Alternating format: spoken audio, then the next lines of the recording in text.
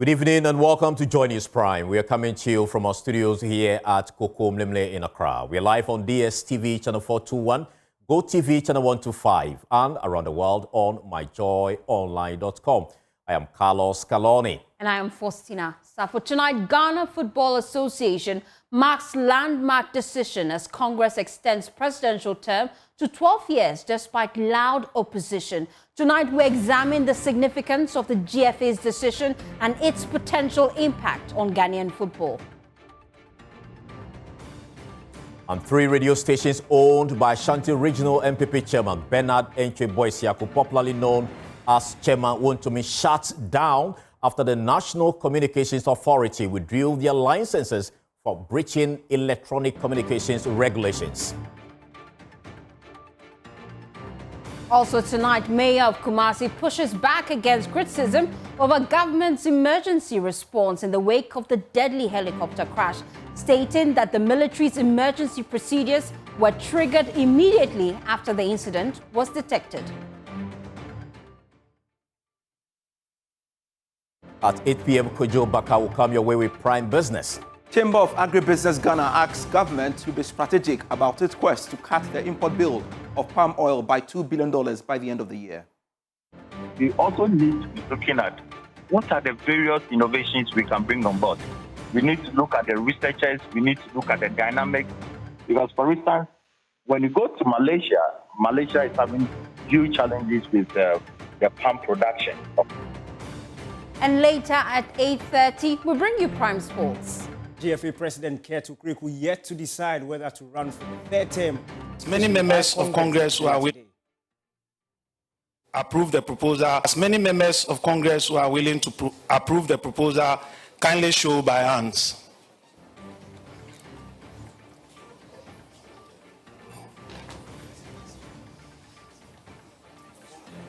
Please count. Remember, Joy News, we are your home of independent, fearless and credible journalism. A good time to take a seat and please be our guest.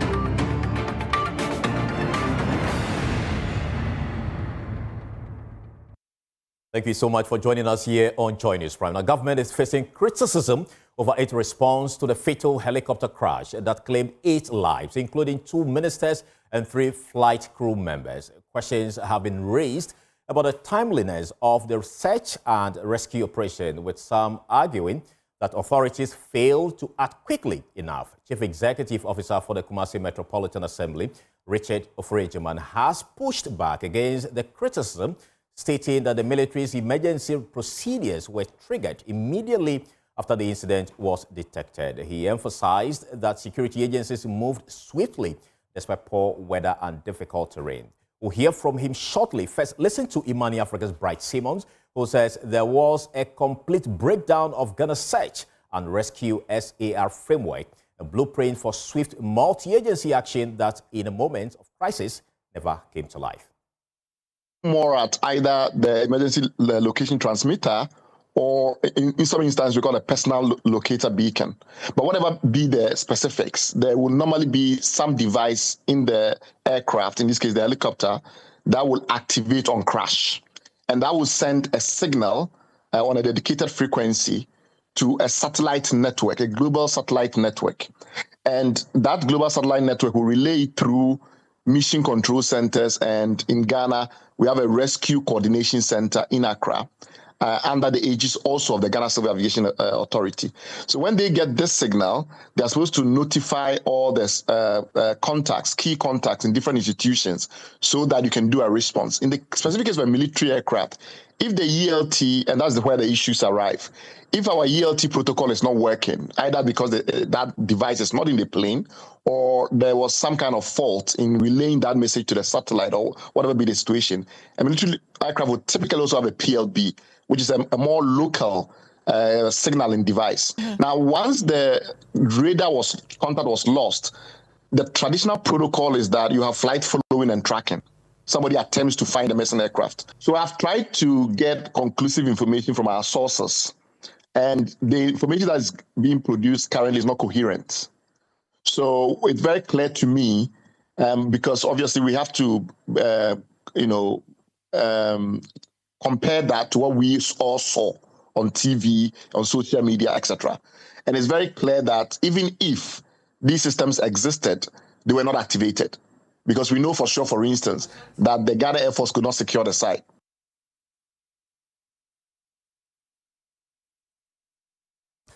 Well, we cannot listen to Kumasi Mayor Richard Oforejiman, who described as inaccurate assertions that the response was slow. Every team, virtually every team member that had to be part of any evacuation or rescue exercise of that magnitude. The occurrence was at the Dampaya Forest Reserve. So the district officer managing the forest reserve in the Amansi area, Mr. Adolfo, was there with the rapid response team and officials. The NADMO team, headed by the regional head, was there on site. There were enough police and fire personnel there. There were immigration officers there. And Angogo team came with the appropriate equipment. The search, it was realized that all 8 had perished. Right. Now, he went there with the support of the regional security liaison officer and then the GOC to follow him up. Later on, the military got there just as I got there. Right. The rest of the military team together with the CEO for 4BN. All right. Because what, for example, Colonel Retired First Assafuah is saying is that the 4BN, which is based in Kumasi, the deployment from Kumasi to the site, it took them 4 hours. So they got there around 2 p.m. And for him, that's not true.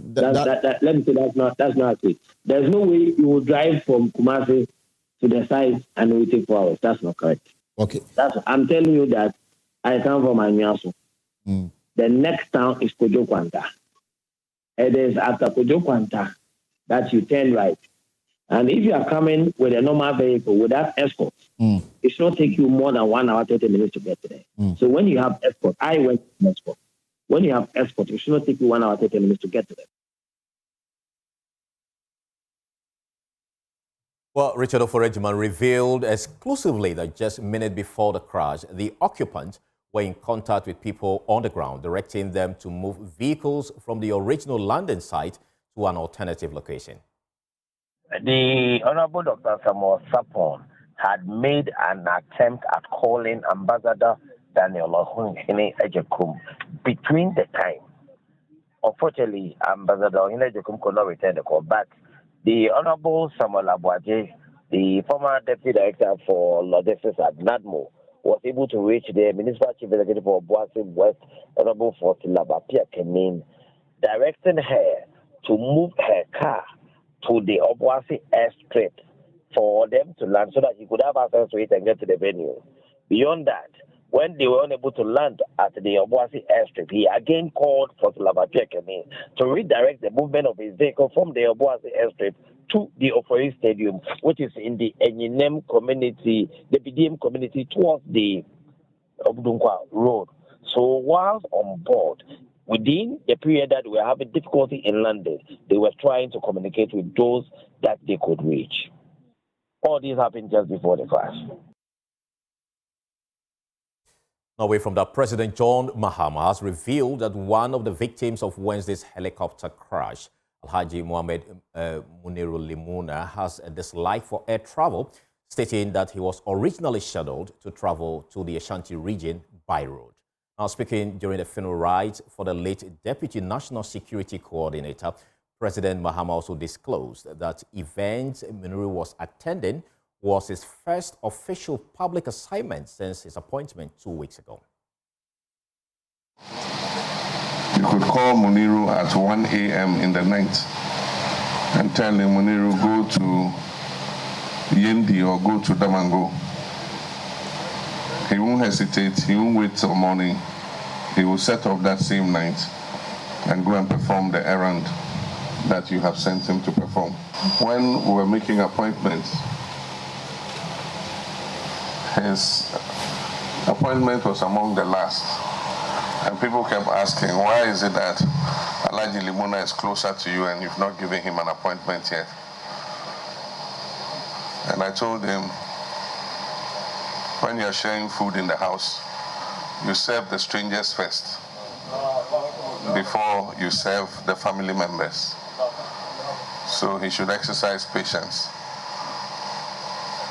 2 weeks ago, we appointed him Deputy National Security Coordinator in charge of human security. And this was virtually his first public assignment, where he was selected to represent national security at the corporate, responsible and cooperative mining program. He was supposed to have gone by road, and he was not a person who liked to travel by air. But the information got to him late, and so he was told there was a helicopter going and there was space for him. And he boarded the helicopter, and that was to be his last journey. Well, President Mahama has also announced the creation of a dedicated fund to cater for the children of the 8 men who died in the August 6th helicopter crash. He stressed the need to protect the primary dependents of the victims, including the 2-month-old baby of the pilot, from the hardship caused by their loss. It's a difficult calamity, because if you look at all those who died, they were at the prime of their lives and had so much responsibility. Children still in school, and some even with infants as young as 2 months. The pilot's child he has a child 2 months old. And these responsibilities are what we have to take up to make sure that the absence of the parents does not adversely affect the innocent children. We'll do a state funeral on Friday the 15th for all of them. And at the funeral, we will announce some program for creating a fund that will assist with the education of their children. And so on Friday, I'll announce the details of that, so that persons who want to contribute for the future of the children they've left behind would have the opportunity to do so. Away from that, the Ghana Football Association has extended the presidential term limit from 2 to 3, allowing a president to serve up to 12 years. Approved by 114 of the 124 delegates at the 31st Ordinary Congress in Pram, the amendment could see current GFA President Keko Kweku in office since 2019, eligible for a 3rd term in 2024. Joy Sports' Victor Achuk Tamaklo joins us live with more from the Congress. Victor, we appreciate your time. Ahead of this Congress, we had loud opposing voices, yet the proposal for a 3-term presidential tenure received overwhelming support. What exactly happened? Hi, Fosti. I think 2 things have happened here. The caucus, that now we know we're in the minority, was not able to effectively kick against this. So one of the instruments they tried to use was to injunct today's exercise. So last week on Friday, former Premier League side, King Faisal Babies, who are now in the Division 1 league, they said they had secured an injunction against the extraordinary, or the 31st Congress session, which happened today. Unfortunately for them, they were not able to serve that writ against the Ghana Football Association to effectively injunct the process. That aside, the alternative was for them to canvass and campaign against the proposal and sway the vote in their favor. Well, if the results from today's election or today's votes on that proposal is anything to go by, then it feels spectacularly because the FA secured 91.14% of the votes in favor of that proposal. Not just that, but also the others that came with it, including the decision to make the second vice president slot an automatic position that is reserved for the female rep on the Executive Council. Thank you, Achu, for joining us here on JoyNews Prime. Well, also joining us is a Member of Parliament for Old Tafo and Ranking Member on Parliament Select Committee on Youth and Sports, Vincent Assafuah. We appreciate your time here on JoyNews Prime. You have publicly opposed the extension of the GFA presidential tenure, arguing it is a grand scheme to extend the tenure of the current president. But now it has been approved by Congress. What is your initial reaction to this? Well, I think it is very embarrassing. It's shameful. It shouldn't have happened.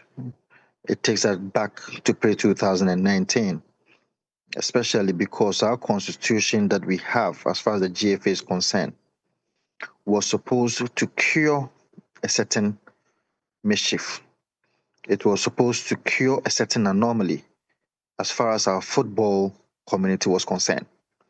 It was on that basis that the normalization committee, which was inclusive of personnel from GFA, was established.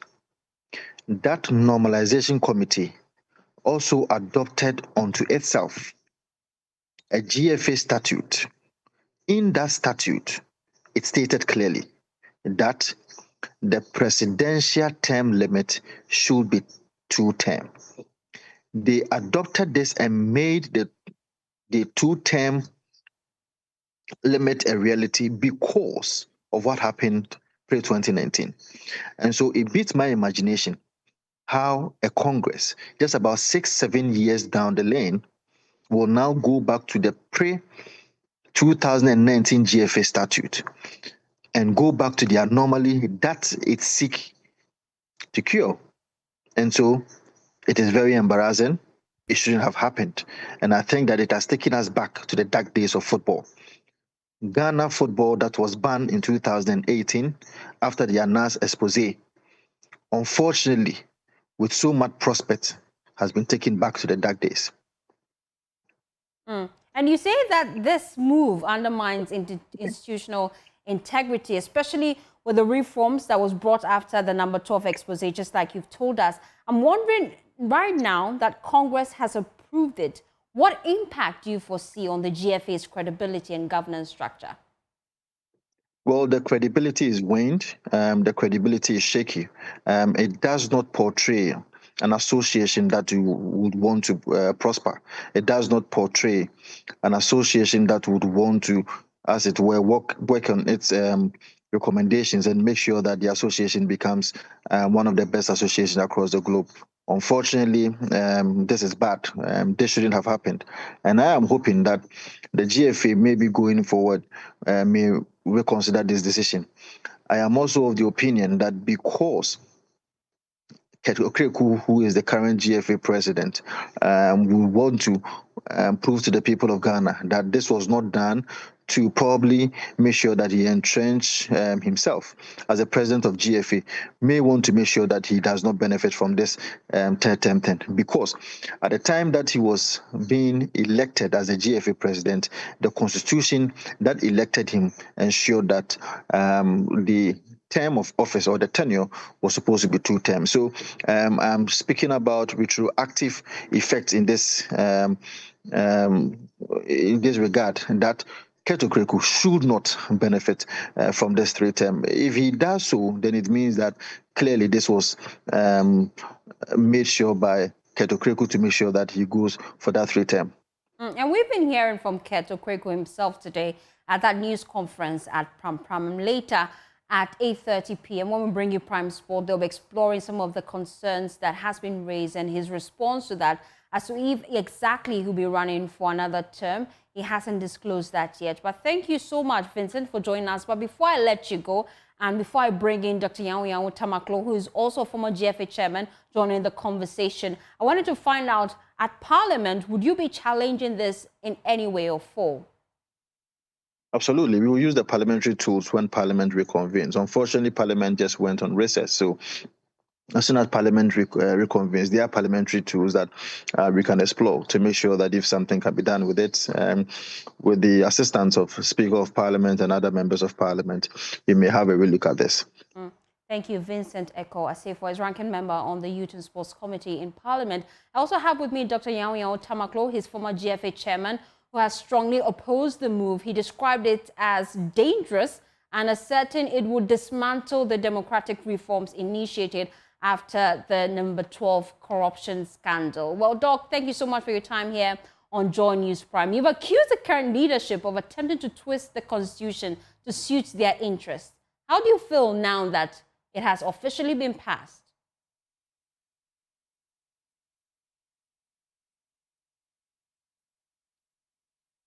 Disappointed in the sense that it appears we don't learn from the past. This is very constitution, which is a new constitution for the FA. And the president of the FA was the first to really benefit from it. Now, this constitution has been made in such a way that it will definitely guard against the areas where people will try to maintain themselves or entrench themselves in power. It's a critical reform designed to prevent the dominant and unchecked influence we saw under the previous regime. And what surprises is that by pushing that now, or amendment now, right as the incumbent nearest the end of his term, the leadership is effectively changing the rules mid-game to serve as their whole power. That's a direct conflict of interest. And they contradict both data and spirit of the statute established to protect the integrity of the GFA.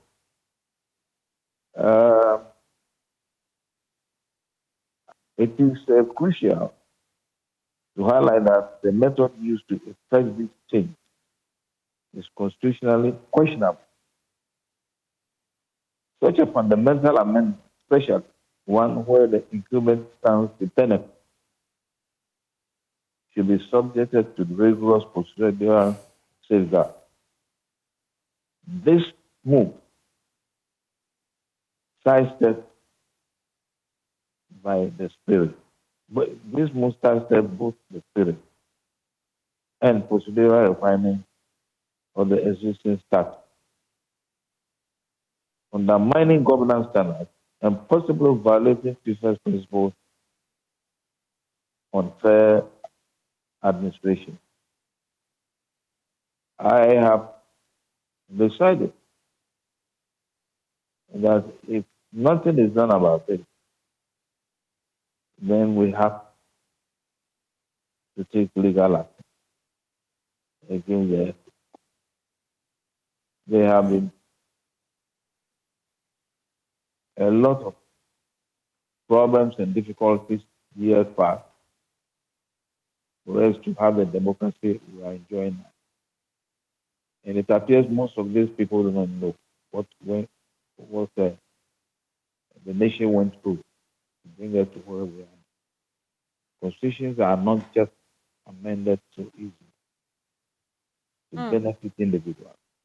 Doc, just before I let you go, Doc, if you allow me, just before I let you go, you say that the constitutional process that has been taken to make this amendment is questionable. But from where you sit, what exactly have they breached when it comes to the GFA's constitution? So we have clearly stated that the term should be 2 terms. Why now coming with a 3-term constitution?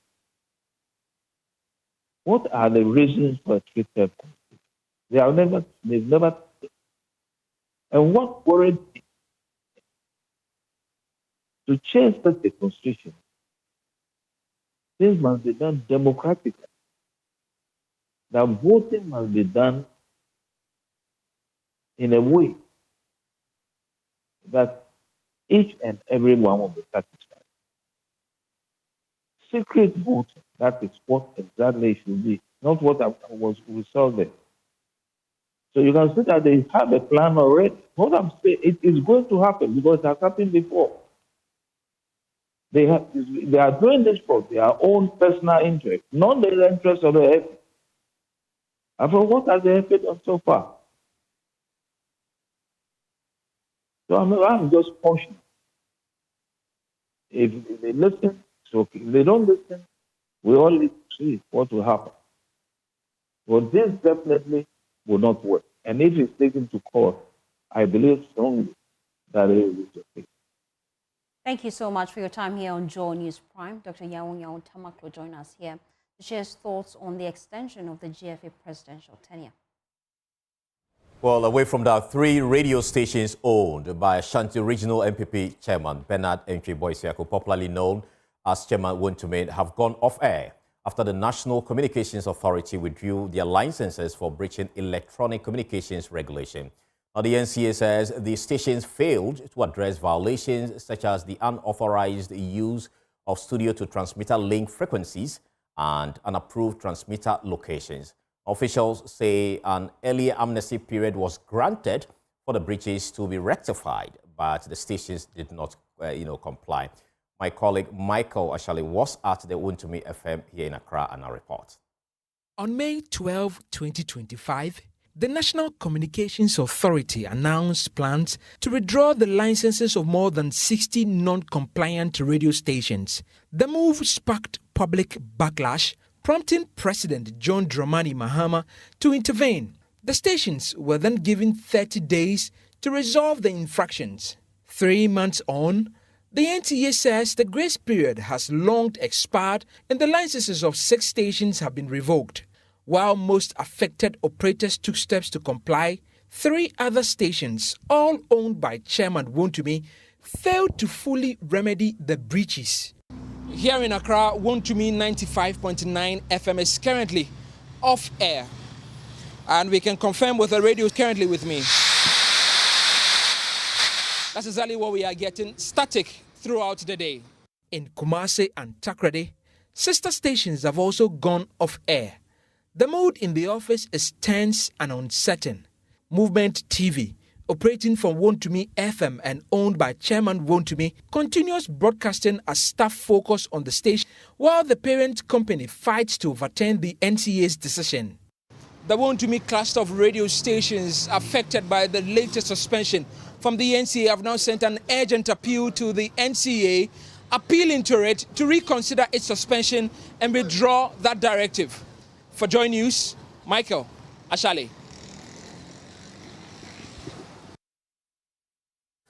Well, the NCA says the stations have breached regulations leading to the shutdown. Let's look at that in the statement, which will be rolling on your screen shortly. And it reads, the National Communications Authority, NCA, has suspended the operations of 9 radio stations for various infractions. Now, this action follows the expiration of the 30-day grace period granted by the President of the Republic of Ghana, His Excellency John Dramani Mahama, for defaulting stations to remedy the violations of the laws and regulations governing FM radio broadcasting in Ghana. Now, he goes on to say 6 stations failed, refused, and neglected to comply with the regulatory amnesty by taking no action. Consequently, the operations of the following stations have been suspended. 1, Dan Plus Multimedia Limited, and 2, Dreams Ghana Media Limited, is a new Ibrahim, and 3, Jam Multimedia Limited in Kintampo, 4, Jewel Group Limited in Diayao Nkwanta, and 5, Pandai Star Community Radio, also in Pandai, and Unique Gateway Communications Limited in Nkoko. The following stations have been suspended for operating without a certificate of compliance in violation of Regulation 54 of the Electronic Communications Regulations 2011 LI 1991. Now, Wontumi Multimedia Limited, which is in Accra, has also been suspended. Wontumi Multimedia Company Limited in Kumasi, as well as Wontumi Multimedia Company Limited in Takrady, have all been suspended. The National Communications Authority, and that ends the statement actually. Meanwhile, lawyer for NPP Ashanti Regional Chairman Entry Boysiako, aka Chairman Wontumi and Yapiakubi, has defended his client after the NCA suspended licenses of 3 Wontumi radio stations. He spoke to Elton John Brobe on the pause. My information and instruction is that my clients have been able to meet all those expectations. We suspect that there will be some communication challenges that have resulted in this suspicion that we have not met the requirement. So far we have. In fact, currently I've been served with all the communication between the NCA and the company? The copy of these communications. I have been served with all those communication and the responses from my client to NCA also. And the evidence of the prescriptions having been met by my clients. So I'm drafting a letter to NCA to explain the situation to them and to also showcase the documents that support what we have done, and also seeking a meeting with the leadership of the NCA so that all of us will be on the same page and will be in a position to explain ourselves and do the reconciliation and then seek a restoration of our status as operating media company.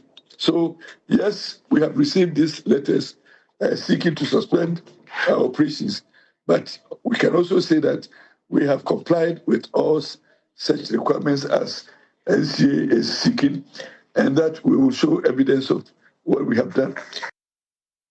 President for the Ghana Independent Broadcasters Association, Cecil Sonka Mills, says the association is ready to assist any of the stations to rectify their infractions. Now that another set of closures have come through, we're looking through the list. Our doors are open. If there are some engagements or misunderstandings that they need support and advice, Giba will definitely do that. That is what we are for. You also heard the lawyer for the Wontumi Communications, and he says that whatever was asked of them, they did it. The reason why perhaps they are in this soup is because NCA could simply not find time to inspect what they've been asked to put in place. Yeah, but what we do is we actually would look at exactly what the facts are. We will speak to people, we'll speak to the NCA before we actually will know what middle ground we should take.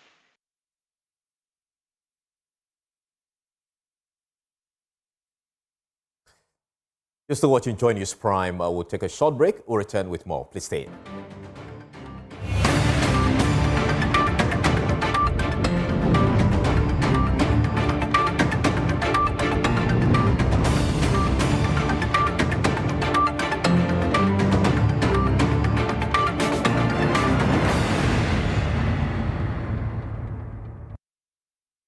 Welcome back from the break.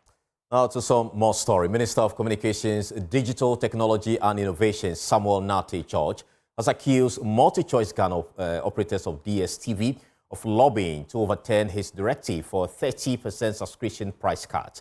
The NCA has given the company until September 6, 2025 to comply or face suspension. Now, speaking on the Joy News' Joy FM Super Morning Show, he revealed that intermediaries linked to Dstv have been pressuring government officials to get him to relent.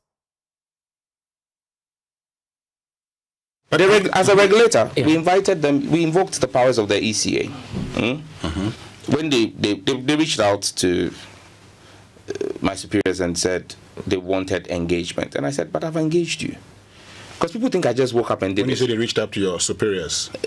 They reached out to my superiors. I said to them, I engaged you in June. The Ghanaian ownership of MultiChoice. I engaged you. Made the point. And you made the point to me that the decision rested with your headquarters. I invited your headquarters, met them with the Ghanaian leadership, made my case to them. They asked me for about 16 days to make a decision. I granted that. In 16 days, they wrote me a 9-page letter with 6 graphs and bar charts explaining to me the instability of Ghana's economy and how our cedi appreciation cannot be trusted to be sustainable. Oh, okay. And then I wrote back to them and asked them, since when did MultiChoice become an economic forecasting institution? Yes, their license in Ghana is not to forecast economy. And I sent them links from the IMF, links from Fitch, and links from Standard & Poor's on the future outlook of Ghana's economy. And said that I would take a future forecast on our economy from those institutions and not from MultiChoice. For me, I'm focused on making sure that we get the best value for the Ghanaian people. They should come to the table. Look, all the places they are walking around, getting the foreign minister of South Africa to call the Ghanaian foreign minister to call me, it's not going to work.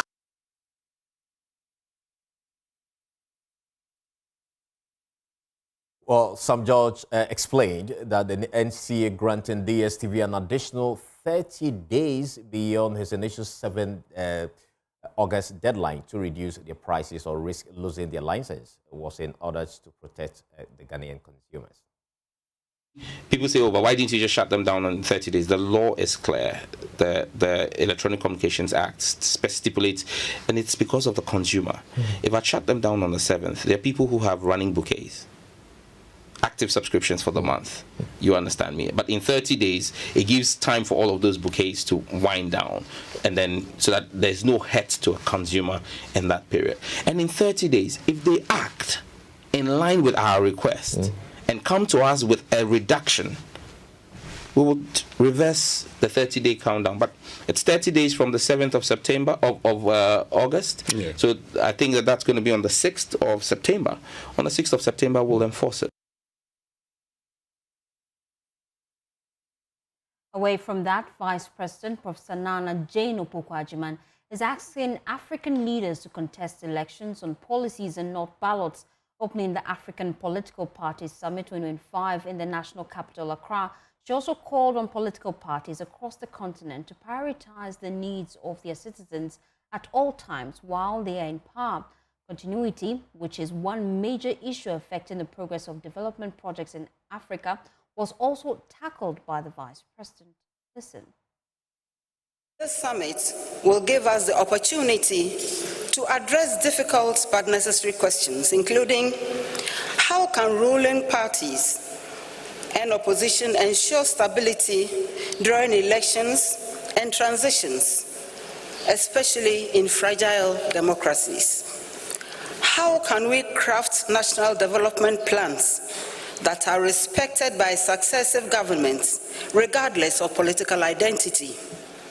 How can we foster political cooperation across borders to address regional threats, from violent extremism to climate change, or from illicit trade to pandemics? We will not agree on everything, but if we can agree on the fundamentals that Africa's peace, unity, and well-being are non-negotiable, then we will already have taken a decisive step forward.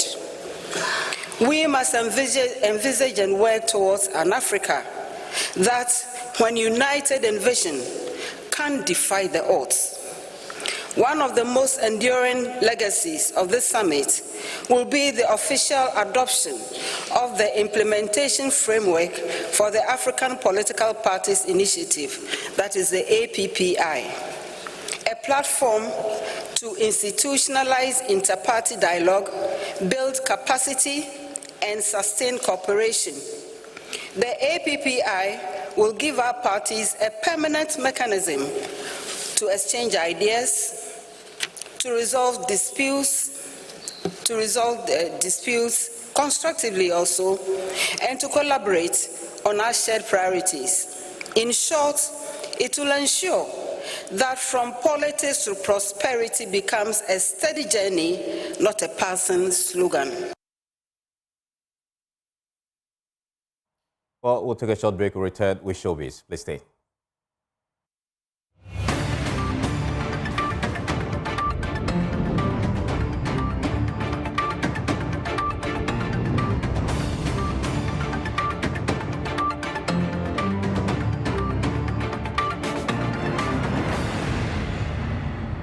And it's time for Showbiz. Becky Bex joins me in the studio. Becky, I'm loving your new montage, though. Yeah, I'm surprised. Hello. Oh, that's so nice. Yes. Look at that. This is the official unveiling of the new Showbiz montage. I'm very excited about it. I know that for a lot has been going on, but we also need to take time to give you what else is going on in some parts of the world. Over the weekend, I wasn't here yesterday, but I was in Kumasi.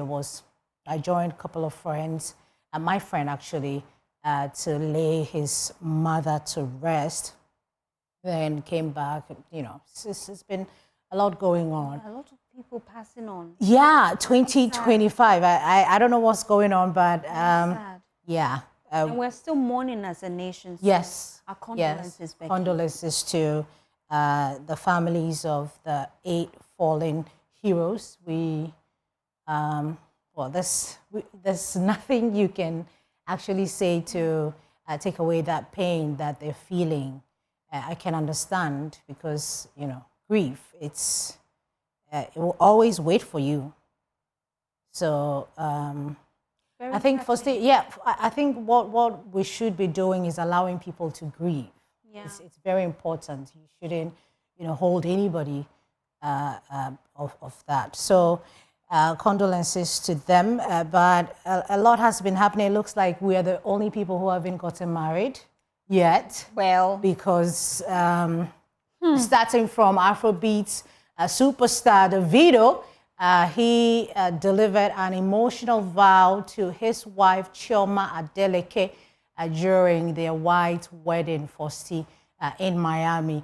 Our favorite blogger, GH Hyper, was there representing, and also Stonebwoy obviously was there representing the motherland. Yeah, you see the kiss there, Fosti. Let's take excerpts of that.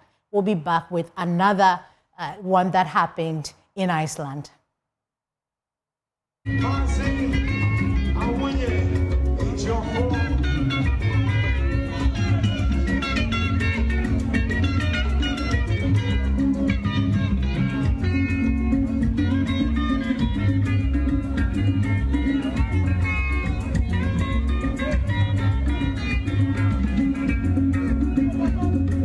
Well, Stonebwoy, Dr. Louisa, Davido, our Aliko Dangote went in your shots. Yeah, and he was actually... Becky, we should be attending this kind of wedding. You should be marrying this kind of marriage.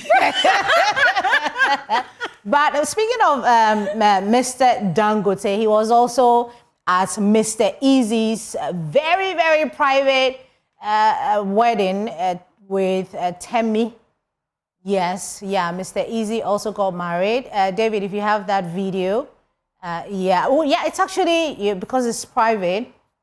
Also, Mr. Easy and Temi Odetola, daughter of billionaire business Femi Odetola, got married in a private ceremony in Iceland. The wedding, according to reports, took place at well, in Iceland. The name of the church is, you know, all over the place. Yeah. Temi, one of the 3 daughters of the oil magnate, reportedly exchanged vows with the skin-tight crooner in the presence of close family members and friends. Amid celebrations, comedian Brother Shaggy shared clips on, those are the clips that he shared on his story, showing him with Mr. Easy's Africa's richest man, Aliko Dangote, in Iceland. So that's what you've missed.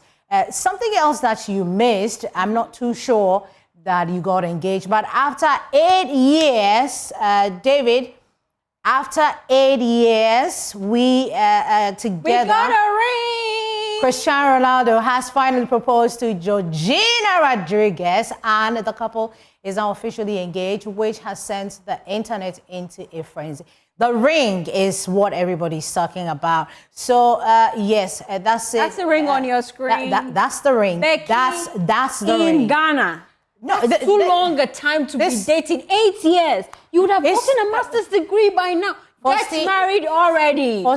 I'm sorry. David, like can you put the can you take the videos off so that I can ask Foxy a very quick question? What question? How long have you been dating? I am single. Where is your ring? I am single. Where is your ring? Show me your ring. Please. Do you have a ring on your finger? Yes, Becky. Exactly. It will come. Don't worry. Well, after 8 years, they decided that this is the time for them. It's too long to be dating for 8 years. But whose rules are they? Like, who set those rules that it's too long to be dating? If you find the right person, get married. Do you have to dating for 8 years? What kind of degree do you want again? What is Fossey talking about? I don't get it. No, I mean, nobody says that you have to get married after dating. Years. You can date for the rest of your lives. You don't necessarily have to put a ring on it. Oh, but that ring is big. Big ring. Okay. This evening, what would you do? It's easy, Michael. You always put me on the spot. Well, man to man, son to son. What? No. What? So that's our Prime movie box. That's Denzel talking about his latest movie, Highest to Lowest. And he's saying that it's in theaters on Friday. It's a fantastic movie. You should go and watch. With your boyfriend, Fosti. I'm on a mission to get Fosti a boyfriend, because the way you're talking, I'm hoping that when you finally find that, boyfriend, you're getting married, in 2 months. Oh, yes. Okay. Once I meet that's spiritual in 2 months. We're getting married. So that's Denzel right there. But we're grateful for your time this evening. I know that the country is in a mourning state. We're all supporting. I'm happy you're here. You put smiles on our face today. Well, I'm trying. Tell them where they can find more news. Obviously, because we're credible and we're fearless and we give you the best of journalism, you have to log on to myjoyonline.com. That's where you always find the best of news. We'll always be here for you as your home of independent, fearless, and credible news source, right? Yes. That's it. That's it. And the new logo, the whole thing is giving everything. It's giving. Please. We're grateful for your time. Thank you so much. Oh.